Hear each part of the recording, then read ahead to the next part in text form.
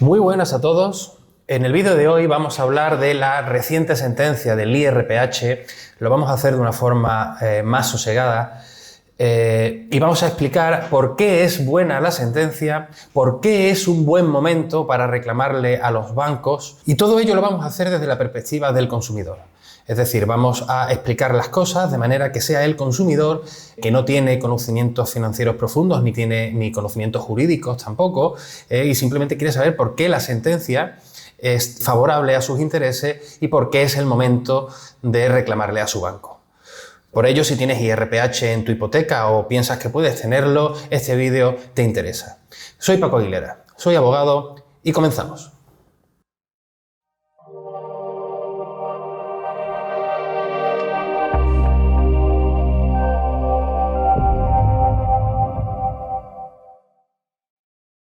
Existe mucha incertidumbre desde el dictado de la sentencia en relación a si la sentencia ha sido buena o ha sido mala. Claro, y es comprensible que esté confundido gran parte de la sociedad, porque realmente las reacciones han sido todas triunfalistas, es decir, los bancos salieron diciendo que la sentencia era buenísima y que les daba la razón, argumentando que el IRPH era válido y que era legal, y por lo tanto habían ganado la batalla y tal, y las asociaciones de consumidores pues también salieron, y los abogados que nos dedicamos a esto pues salimos también todos diciendo que la sentencia había sido muy buena. Por lo tanto, el consumidor final, que tiene una panadería, que tiene, pues al final tiene que estar bastante confundido, pero es que son incluso juristas a los que yo veo en una situación de confusión. Bien, vamos a ver. La sentencia es buena, es muy buena. Lo que pasa es que no se puede pretender que el Tribunal de Justicia responda a aquello que no se le ha preguntado o haga cosas que no puede hacer. El Tribunal de Justicia no puede anular el IRPH, porque no tiene competencias para anular el IRPH. Además, que el IRPH es un índice de referencia válido y legal, eso no lo discute absolutamente nadie. Se publica en el BOE, es decir, tiene la validez es total. Por lo tanto, no se le pedía al Tribunal de Justicia que anulara el IRPH, por lo tanto, no lo podía anular, pero no solo porque no se lo hubiera pedido, sino porque aunque se lo hubiera pedido, no es competencia del Tribunal de Justicia de la Unión Europea decir qué índices de referencia que son legales en España valen o qué índices no valen. Por lo tanto, ese argumento que hace la banca de decir que como no se ha anulado el IRPH, sus contratos son válidos, es un argumento falaz, porque en modo alguno el Tribunal de Justicia de la Unión Europea podía haber anulado el IRPH. ¿De acuerdo? Lo que sí podía hacer el Tribunal de Justicia de la Unión Europea, y así lo hace, es dar respuesta a aquello que se le había preguntado. ¿Y qué se le había preguntado en síntesis? Las cláusulas que se incluyen en los contratos de hipoteca, que referencian sus hipotecas a unos índices, deben estar sometidas al control de transparencia, al control de abusividad. Es decir, cuando yo voy a un banco a suscribir un contrato de hipoteca, que es un contrato complejo, y me siento con el del banco, y el del banco me pone unos papeles delante y resulta que yo estoy comprando un producto que es notablemente más caro que el de mi vecino, ¿tengo yo derecho a saberlo? Cuando yo compro una casa con mi vecino y mi vecino se va a su banco y yo me voy al mío y a él le referencian su hipoteca al Euribor y a mí me la referencian al IRPH y después pasan los años y yo digo, ¿y yo por qué pago 200 euros más que tú? Cosa más rara.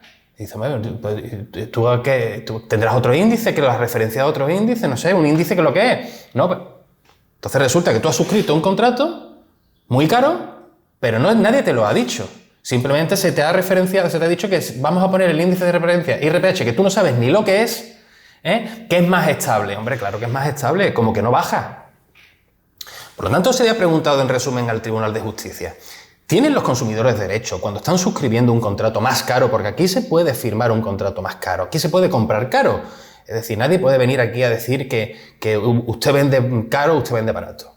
Aquí cada uno vende al precio que le parece, pero tiene que informar. Entonces, en un contrato complejo donde el precio no viene claramente establecido, sino que se establece mediante unos métodos de cálculo, esos métodos de cálculo tienen que estar claros y el consumidor tiene derecho a tener información suficiente como para poder comprender qué es lo que está firmando.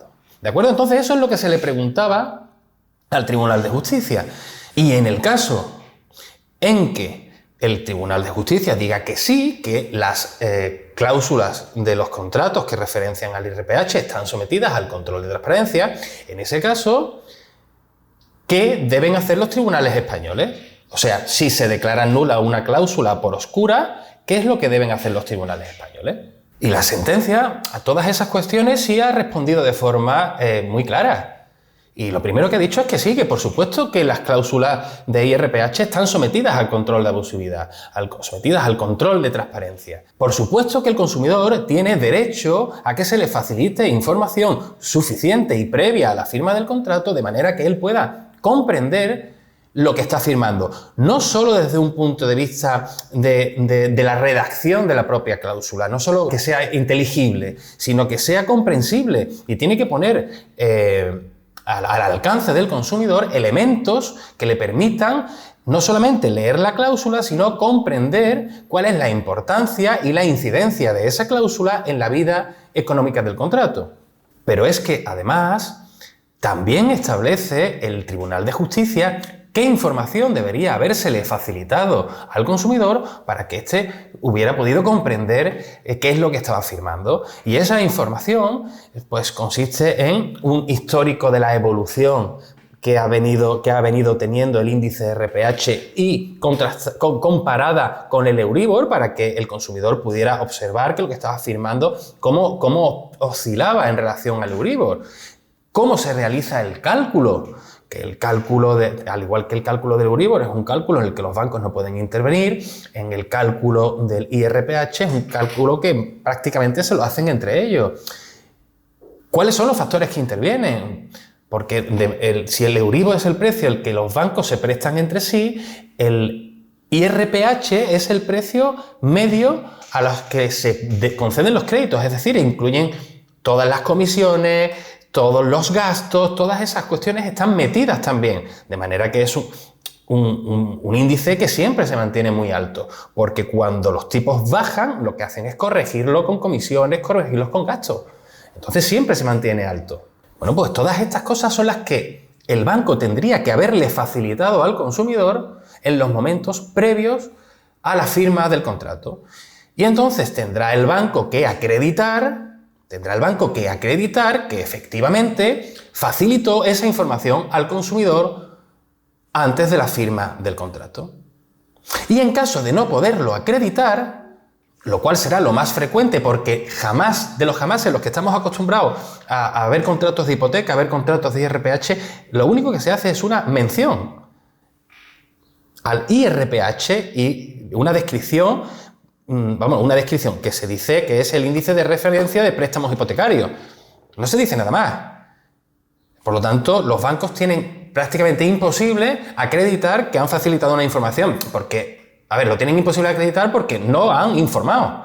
No informaban al cliente. Le hacían firmar una cosa en la creencia que estaba firmando lo que estaba firmando todo el mundo, que eran intereses a tipo variable referenciados al Euribor.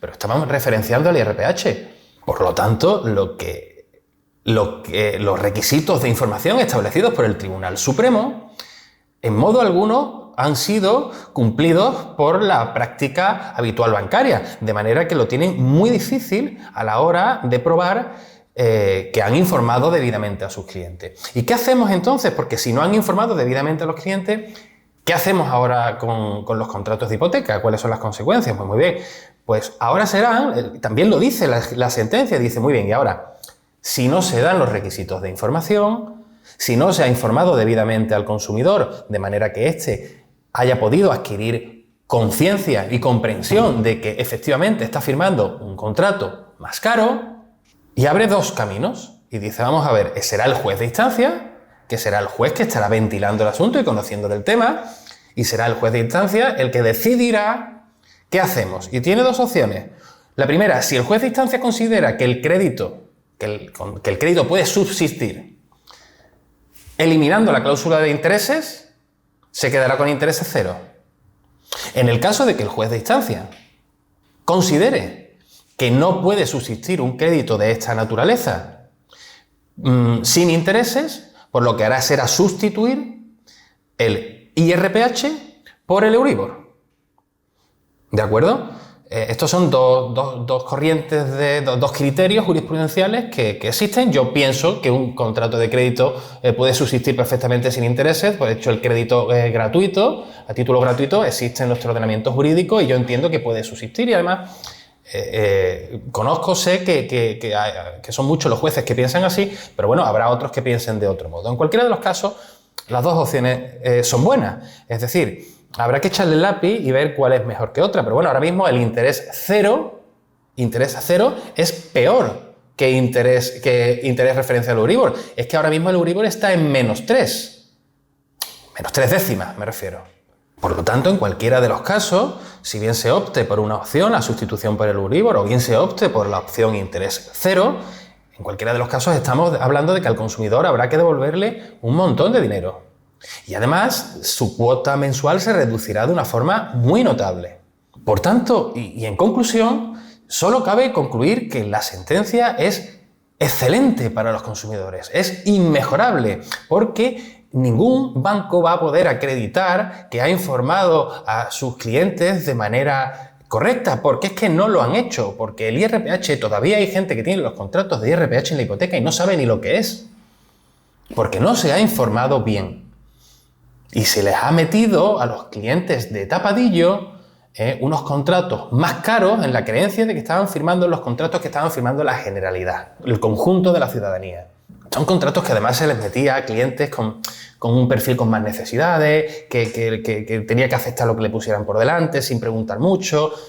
Entonces, la sentencia es francamente buena. Y esas cláusulas deberán ser dadas por nulas. Nulas por abusivas por falta de información. Y los bancos tendrán que devolver el dinero, porque cuando una cláusula se declara nula por abusiva, la cláusula hay que tenerla por no puesta. Por lo tanto, tendrán que devolver todo el dinero que hayan cobrado en virtud de aplicación de la cláusula, si bien con el límite del Euribor o con el límite del cero. Es decir, referenciándola al Euribor o referenciándola al cero. En cualquiera de los dos casos estamos hablando de mucho dinero, además de la reducción de la cuota.